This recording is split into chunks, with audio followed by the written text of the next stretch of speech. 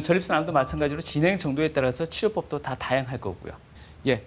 그다음은 전립선암의 치료에 대해서 말씀드리겠습니다. 방금 말씀드린 대로 그 전립선암이 전립선 안에 국한된 경우, 그다음 전립선암이 전립선을 벗어나서 진행된 경우, 이렇게 되면 치료도 다르고 환자의 예후도 많이 달라지게 됩니다.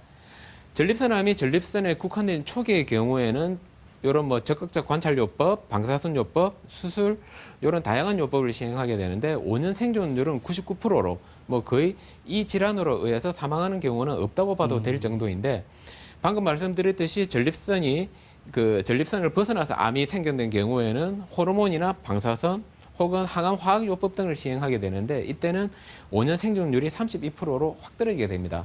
그다음 어떻게 치료하느냐에서 먼저 전립선 안에 암이 국한된 경우 우리가 먼저 시도해 볼 수 있는 것은 적극적 관찰요법이 되겠습니다. 이것은 아주 고령의 환자에서 암이 아주 초기에 발견된 경우에 이것을 바로 치료하지 않고 그 MRI나 초음파, PSA 등으로 추적을 하다가 어느 정도 암이 진행되어서 치료를 해도 암의 치료가 크게 늦지 않겠다 이런 개념으로 하는 치료인데 즉각적인 치료를 하게 되면 뭐 암을 즉각적으로 제거하기 때문에 장점이 있지만 또 이렇게 너무 빨리 치료해버리면 환자의 삶의 질이 또 떨어질 수가 있기 때문에 저희들이 최근에 연구에 의하면 대략 10년 동안 봤을 때 50%의 환자는 괜찮았지만 50%의 환자는 결국 진행을 해가지고 적극적인 치료를 받아야 되는 것으로 되어 있습니다. 그다음 두 번째로 최근에 뭐 여러 군데에서 많이 언급이 되고 있는데 국소 치료가 많이 언급이 되고 있습니다. 전립선 안에 뭐 다 암이 있는 게 아니기 때문에 암이 있는 부위만 이런 식으로 국소적으로 찝어가지고 뭐 초음파로 하든 냉동요법으로 하든 뭐 전기로 찌지든 여러 방법을 해가지고 암만 파괴하자 하는 이런 요법으로서 뭐 가장 큰 단점은 지금 현재 우리 영상의학적 기술로는 전립선 안에 모든 암이 어디에 어떻게 있는지를 정확하게 알 수가 없기 때문에 현재 여러 가이드라인에서도 실험적인 방법으로만 언급이 되고 있고 이게 뭐 널리 활발하게 막 적극적으로까지는 아직 약간 부담이 있는 방법이 되겠습니다. 현재 가장 많이 적극적으로 행해지는 치료는 수술적인 치료가 되겠습니다. 이런 수술적인 치료는 방광과 요도 사이에 있는 전립선을 떼내고 그리고 방광과 요도를 다시 이어주는 수술인데 수술 방법 자체는 뭐 개복으로도 복강경으로도 로봇으로도 할 수가 있습니다. 하지만 이 수술을 하고 나서 가장 큰 문제점이 수술을 하고 나서 이렇게 전립선이 사라짐으로써 요실금이 생길 수가 있고 전립선 주위로 우리 발기와 관련되는 신경들이 지나가기 때문에 이런 것들이 손상을 입는 경우에 발기부전으로 나타나서 환자분들이 불편해하는 경우가 많습니다. 그래서 최근에 가장 많이 행해지는 게 로봇 수술인데 로봇 수술은 이렇게 확대된 시야에서 꼼꼼하게 수술을 할 수 있기 때문에 이렇게 요실금과 발기부전의 빈도가 훨씬 줄어드는 것이 가장 큰 장점이 되겠고 그다음 수술 시간도 짧고 그다음 상처가 적어가지고 수술을 하고 나서 통증도 작고 회복이 빠른 것이 특징으로 최근에 뭐 미국은 물론이고 우리나라도 대부분의 환자 95% 이상의 환자들이 로봇 치료를 통해 가지고 전립선 적출술을 하고 있는 것이 현재 상황입니다.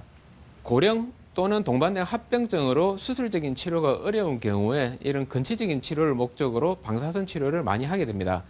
또 이건 한편 수술하고 난 다음에 이런 잔존암 조직에 대한 치료로도 시행되고 있고 또 이렇게 진행이 되더라도 암의 용적을 줄이고 암에 의한 통증을 경감시키기 위한 목적으로도 시행이 되고 있습니다.